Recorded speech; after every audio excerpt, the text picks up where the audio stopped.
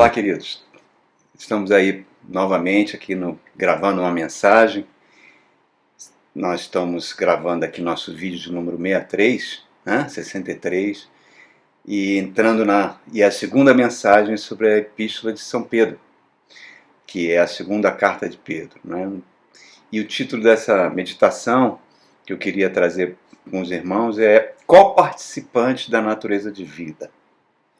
Co-participante da natureza divina, de Deus. A riqueza dessa carta, né, irmãos, da segunda carta do apóstolo Pedro, porque ela foi escrita num momento extremamente difícil. Nero estava iniciando uma perseguição em massa sobre os cristãos, fazendo verdadeiros barbarismos, e o próprio Jesus revela a Pedro que ele ia morrer nas mãos de Nero, né? Então, ele escreve essa carta com uma urgência muito grande. E a gente, à primeira vista, pensaria, ele vai avisar os cristãos, né, da sua época para abrirem um olho com Nero, com Roma, porque a coisa vai ficar feia. Mas não é isso que ele fala. E por isso que essa carta atravessou séculos e é para os dias de hoje, para mim e para você. Ele traz um grande alerta.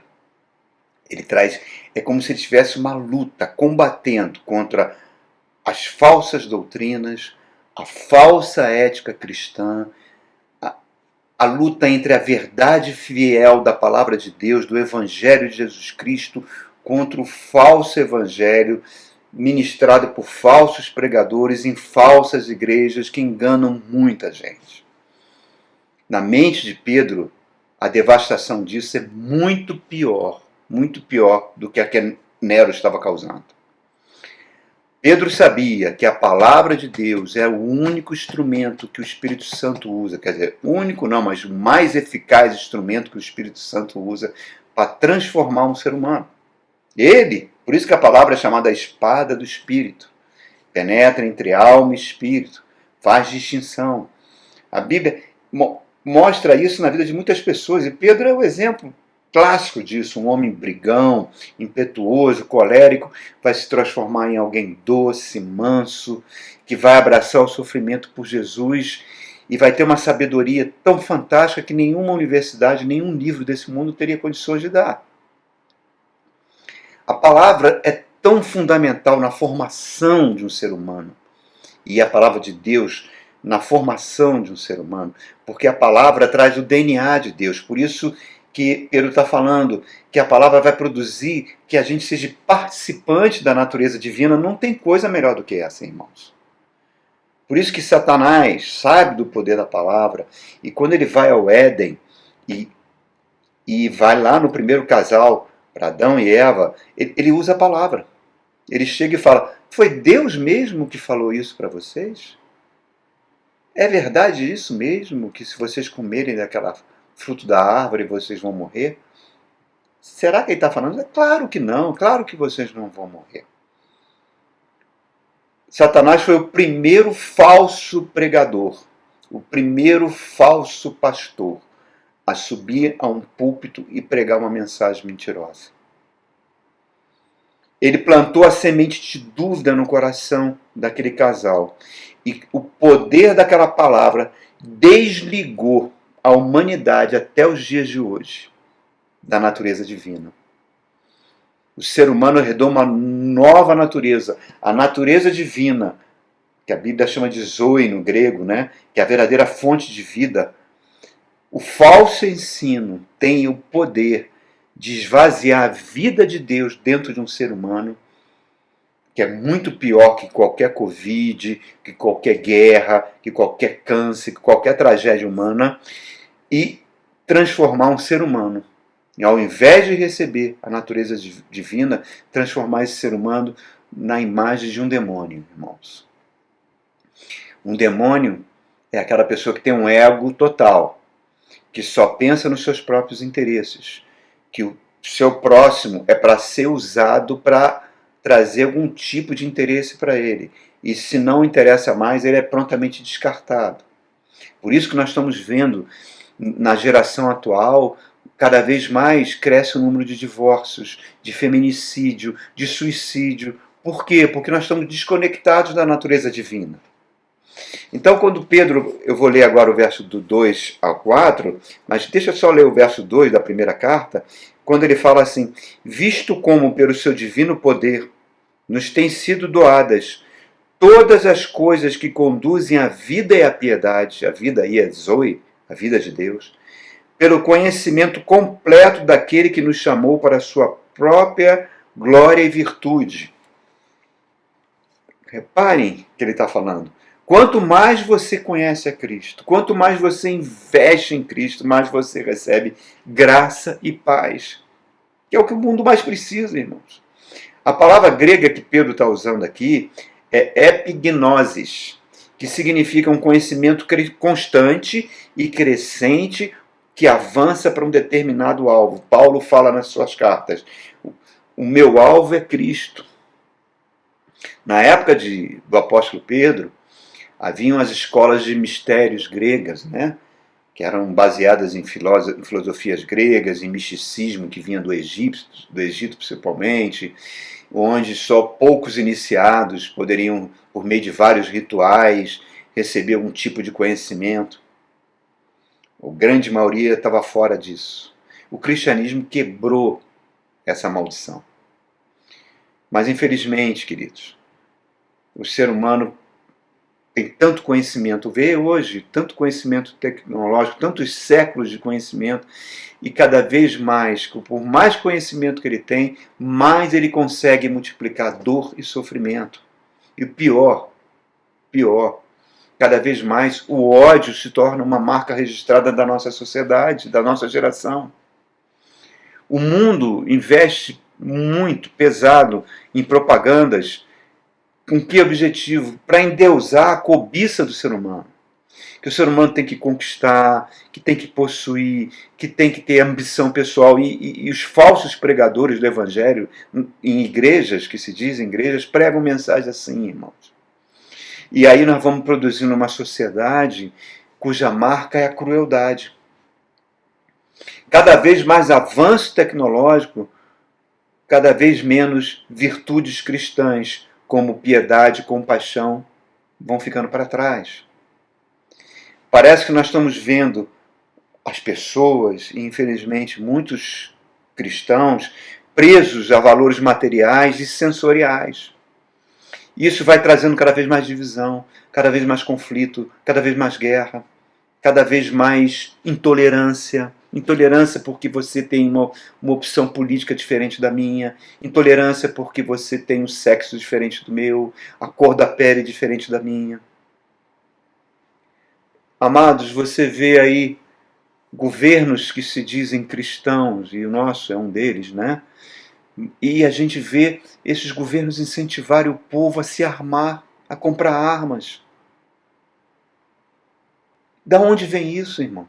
Se diz que é cristão, então ele é um produto típico de um falso evangelho, de uma falsa igreja, porque está cultivando ódio. Ao invés de ser isso que Pedro está falando, de ser coparticipante da natureza divina, as pessoas vão se tornando participantes da natureza do diabo. O diabo veio para roubar, matar e destruir. O ódio que a gente vê nos corações humanos não é a causa da maldade que a gente está vendo. O ódio é um fruto. Jesus falou: conhecerei os falsos profetas pelos seus frutos. Você conhece a árvore pelos seus frutos. Uma mangueira não pode produzir erva daninha, não pode produzir abrolhos. Porque uma mangueira tem que produzir manga. Então, uma pessoa que se diz cristã tem que produzir os frutos do Espírito Santo. Bondade, mansidão, amor. Então, nós estamos vendo, se está produzindo um fruto de ódio, é por quê? Porque a semente que foi plantada pela palavra que se diz evangelho não foi falsa no coração humano. Por isso nós estamos vivendo esse Brasil, está se tornando um país da barbárie. Da barbárie. Em 2021, parece que nós estamos vendo uma barbárie atrás da outra. É maridos matando esposas na frente de filhos, adolescentes de 15 anos pegando uma menina de 14 anos, fazendo todo tipo de barbaridade, matando a menina, amarrando numa árvore, como aconteceu agora numa cidade de 7 mil habitantes, no interior de Santa Catarina. E a gente está vendo isso todo dia, irmãos. Todo dia nós estamos vendo o nosso país, que se diz cristão, que tem 45% da população brasileira que se diz evangélica. Milhões de evangélicos não estão conseguindo mudar o Brasil. O Brasil está se tornando cada vez mais cruel, mais separatista, mais violento. Por quê? Porque não estão investindo no evangelho. Não estão investindo na palavra de Deus, irmãos. Essa é a realidade. O apóstolo Paulo, quando ele fala lá em 2 Timóteo, eu sei em quem tenho crido. Ele está falando, eu tenho uma amizade pessoal com Jesus. Eu quero conhecer Jesus, que tem todos os tesouros da divindade, como uma pessoa. Então, cada vez mais, Paulo está falando para Timóteo, eu vou penetrando numa relação íntima com ele. E essa é a beleza da fé cristã. É um relacionamento de amor, num processo de crescimento. Hoje nós estamos vendo pessoas no fundo do poço, irmãos, com crises psíquicas terríveis, adolescentes cometendo suicídios, pessoas viciadas em remédios barbitúricos, em remédios para poder mudar a natureza psíquica, porque estão trazendo cargas de sofrimento pesadas. Um cristão não é aquela pessoa que vê a pessoa no fundo do poço e joga a corda e fala, aí se vira, você é filho do rei. Não.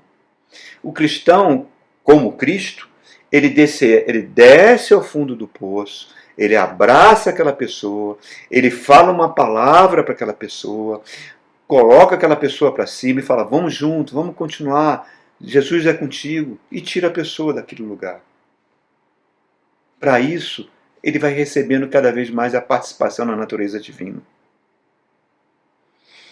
Irmãos, Jesus falou, arrependei-vos, porque o reino de Deus está próximo. Arrependimento vem da palavra metanoia grega, que significa pensar de forma diferente, pensar como Deus pensa. Né? É aquela parábola do filho pródigo, quando ele estava pegando os valores do mundo e gastando nas suas orgias, até que chega numa situação de miséria total, e ele cai em si. A Bíblia diz que ele cai em si. Há um processo mental de falar, aonde eu cheguei? Pequei contra os céus e contra o meu Pai. A ficha caiu. A ficha tem que cair, irmãos. A ficha tem que cair em mim, em você, o tempo todo. Nós estamos o tempo todo precisamos de um processo de arrependimento. O pastor Russell Shedd conta uma história linda de um missionário que, muitos anos na África, né? Na África, nos países africanos que tem a grande maioria da população negra, e ele estava lá muitos anos, na sua missão, lá no interior de um desses países. E um dia, naquela aldeia, uma senhora foi procurar um missionário, era 7 horas da noite, falou, minha filha está terrivelmente endemoniada. Tivemos que amarrá-la num poste, ela arrebenta as cordas, tivemos que amarrar com corrente, por favor, vá lá, nos ajude. Ele pegou alguns irmãos da missão e foi para lá. E viu aquele cenário, uma menina de 16 anos. E começou a ordenar que os demônios fossem expulsos do corpo daquela mulher. E nada adiantou. Nada adiantou. Os demônios continuavam fazendo a maldade com a menina. Ele volta para a missão arrasado, extremamente deprimido, não entendendo por que ele usou o nome de Cristo e aquela menina não foi liberta, se sentiu um fracassado. Trancou-se no seu quarto, começou a orar, a chorar, clamar a Deus uma resposta, e Deus ouviu. E ele ouve uma voz de uma menina falando para ele, missionário, abre a janela, abre a janela. Ele foi lá, abriu a janela do quarto, olhou e não viu ninguém. chamou as pessoas, ué, tinha uma menina aqui mandando abrir a janela? E as pessoas, não, missionário, não tinha ninguém aqui não. E aí ele caiu em si, que o Espírito Santo estava falando com ele, como falou com Pedro lá em Atos, quando desceu aqueles animais, mata Pedro, os animais, não considere impuro aquilo que Deus purificou, mais ou menos parecido. Ele estava observando ali que aquela voz que o Espírito Santo mandou para ele estava mandando abrir a janela da mente dele. E aí ele caiu em si, que ele era uma pessoa racista. Apesar de ele estar no meio de negros, levando o evangelho e ter vindo de um país branco, ele era racista. Isso estava nele. Ele considerava aqueles irmãos de pele escura inferiores a ele. E ele gritou, irmãos, ele chorou, ele pediu perdão, que nem esse filho pródigo. Pediu, Senhor, me perdoa. Eu sou um racista. E Deus falou com ele, eu sei, você que não sabia. Vai lá agora, expulsa os demônios da menina. Ele foi e deu uma única ordem. Saiam dessa criança em nome de Jesus. E a menina foi liberta. Irmãos, é isso. Participante da natureza divina. Mas olha o que Pedro fala mais aqui no verso 3 e 4.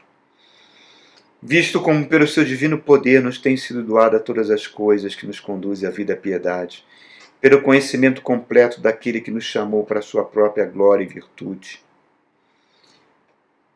Eu vou ler do 2 ao 4, tá? Eu vou ler do 2 ao 4, que o 2 também é muito importante. Graça e paz vos sejam multiplicadas no pleno conhecimento de Deus e de Jesus Cristo, nosso Senhor. Conhecimento. Buscar conhecer a Cristo. É mais importante de tudo.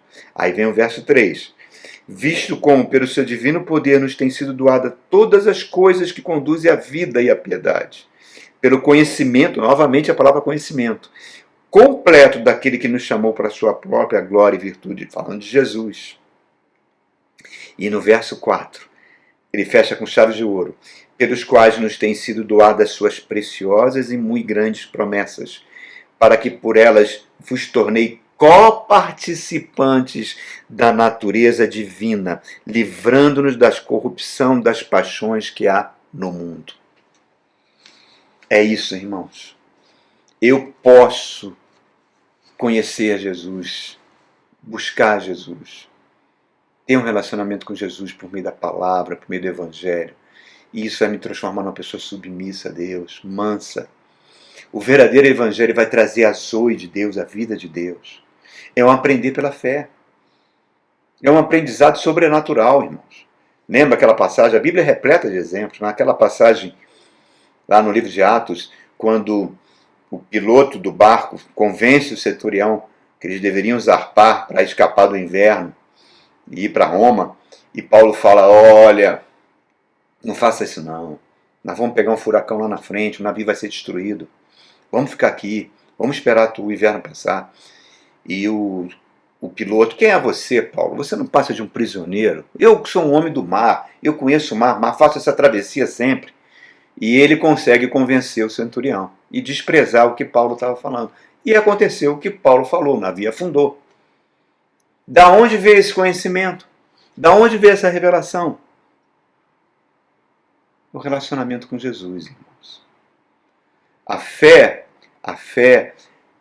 preste atenção, nós estamos numa batalha constante entre valores que são impregnados na minha mente pela sabedoria humana, por esse mundo, e os valores da palavra de Deus. Fé não é fazer afirmações positivas. Eu vou vencer, eu vou conquistar, eu sou filho do rei. Não estou dizendo que isso não tem o seu lugar e não tem o seu valor.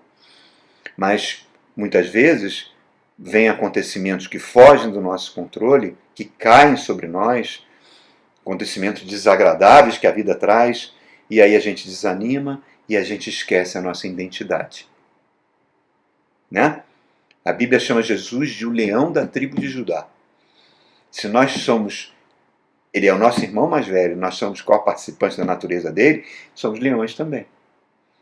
E teve um vídeo, um vídeo muito legal que correu há muito tempo aí na internet, de um cachorrinho manco vira-lata latindo e expulsando 2 leões.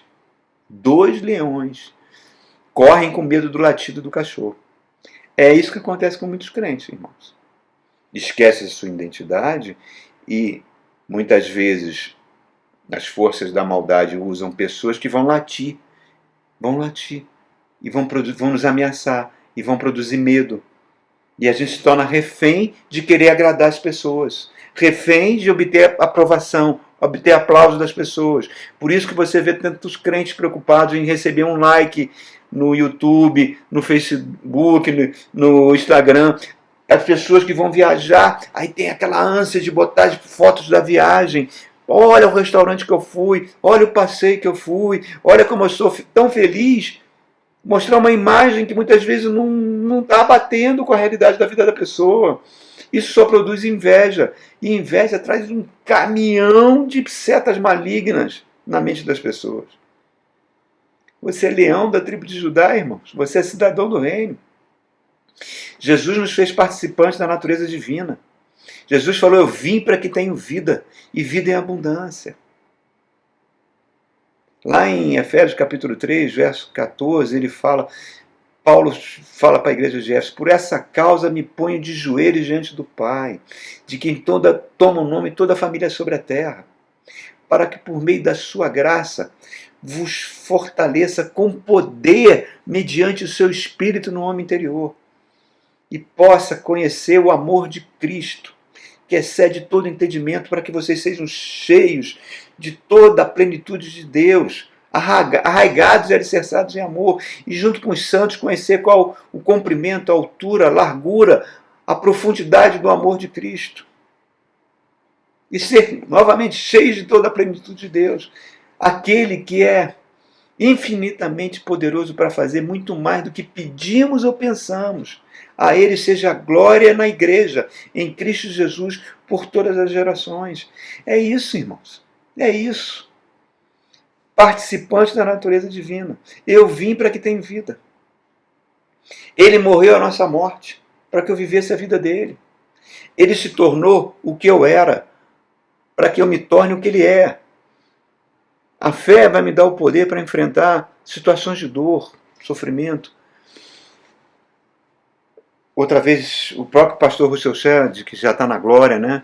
Ele contou a história de um amigo dele, pastor Donald, nos Estados Unidos, que teve que sepultar a esposa, um momento extremamente doloroso. E ele estava vindo do sepultamento, dirigindo, e a sua filhinha no carro. E a filhinha chegou: pai, por que Jesus levou a mamãe embora? Por que ele não deixou a mamãe aqui com a gente? Essa é uma pergunta que acho que nenhum pai gostaria de responder, né, irmãos? E ele, dirigindo o carro, ele orou ao Senhor que eu dê a resposta certa. E o Espírito Santo vem, né? Ele sempre vem, sempre está presente para nos ajudar. Nisso que ele está dirigindo, passa ao lado dele uma carreta daquelas Scania Vab, sabe? Aquelas gigantescas. E estava um dia de sol, e a Scania era tão grande que ela bloqueou o sol e lançou a sombra sobre o carro. E ele falou assim para a gente, para a filhinha: filhinha, o que aconteceria se essa Scania aqui, se esse caminhão gigantesco batesse no nosso carro? E, papai, a gente ia morrer, não ia sobrar nada. Foi exatamente isso que Jesus fez, filho. Ele recebeu essa Scania sobre ele, na cruz do Calvário. É como se essa carreta atravessasse ele e o matasse. Ele morreu a nossa morte. Agora, ele nos protege. A sombra, a gente só, quando a Scania passa, ela não bate na gente, só a sombra bate na gente. Por quê? Porque nós estamos debaixo da proteção de Jesus, da cruz. Então, a mamãe não morreu. A mamãe está com Jesus. E um dia, eu e você vamos estar com ela numa grande alegria, numa grande festa.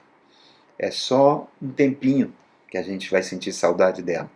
Mas ela está muito feliz com Jesus, porque Jesus levou a nossa morte. E nós poderemos agora viver toda a eternidade em alegria. É isso aí, irmãos. Co-participantes da natureza divina para escapar das corrupções desse mundo. Que Deus te abençoe ricamente em Cristo Jesus.